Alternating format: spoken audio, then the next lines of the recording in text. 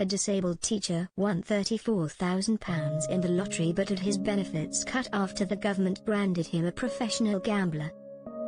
Craig Hill, 61, said Aussie authorities slashed his fortnightly disability pension days after his miracle win.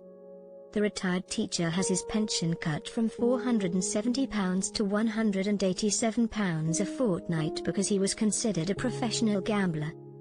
Mr. Hill suffered severe psychological damage when inmates at Townsville Prison held him hostage in 2019. He was teaching hardened crims how to read and write when a riot broke out and 9 of his students threatened to kill him with their pens.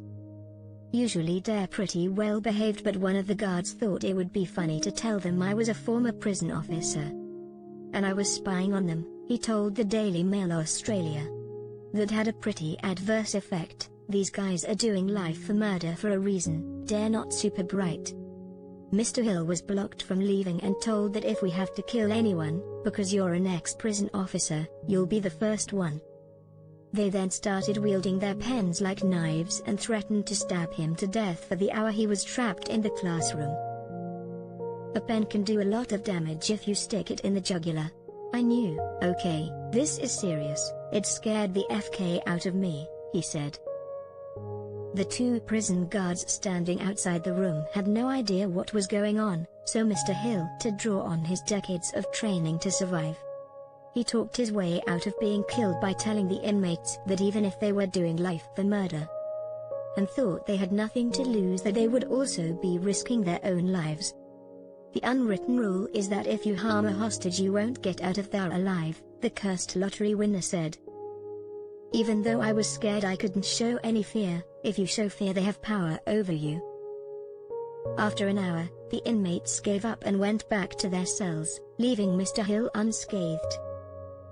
The incident exacerbated Mr. Hill's PTSD and schizophrenia and stopped him from teaching because he couldn't bear leaving the house. After a few weeks I couldn't concentrate, I have a lot of stress and anxiety, I get panic attacks especially when I leave the house, he said. Once a month or so I have a good day and am able to go out, maybe to the local pub for trivia. But after a couple of hours I'll have a panic attack and have to go home. I have nightmares about the jail, I wake up in a cold sweat. Mr. Hill was approved for a disability benefit, which ran out after 2 years, and is now totally reliant on his and his wife's pensions. So when he won £34,000, he thought he finally caught a break, only for Aussie authorities to immediately cut his payments. When he asked them for a review, they then cut his wife's carer's allowance by the same amount. I did the right thing and contacted Centrelink and they told me because it was paid monthly it counted as income from gambling, he said. So I asked if I could deduct all my gambling losses over the past 20 years and they said no. You only become a professional gambler on the day you win. If it won $600,000, £342,000, on the Powerball it wouldn't affect my pension, but because it's paid monthly I'm a professional gambler, it's ridiculous. He was then told he could take it up with the appeals courts but risk facing an audit of his pension for the past 7 years. There's a culture in some of these departments where they see clients as the enemy, but if they didn't have clients they wouldn't have jobs, he said. Mr. Hill said he only plays the lotto when the jackpot is high and has bought Set for Life tickets, the draw he won, since 2015. I'm not betting on the horses or going to the casino, I maybe have a bit of a lash on the poker machines once in a while, he said. He's been in constant contact with several Aussie government departments for help but has been rejected every single time. Everyone has the capacity to fix the problem but no one wants to, he said. The Department for Social Services said few income amounts were excluded from welfare calculations.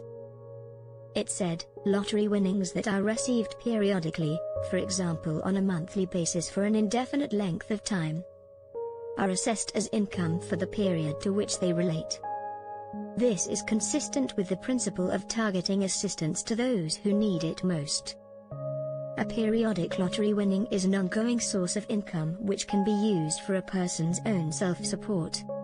They said if Mr. Hill had accepted the payment in a lump sum, instead of £2,800 payments over 12 months. Then it wouldn't have been assessed as income. They added that Mr. Hill's wife's carer payment was slashed because the pension income tests counts the gross income of both partners.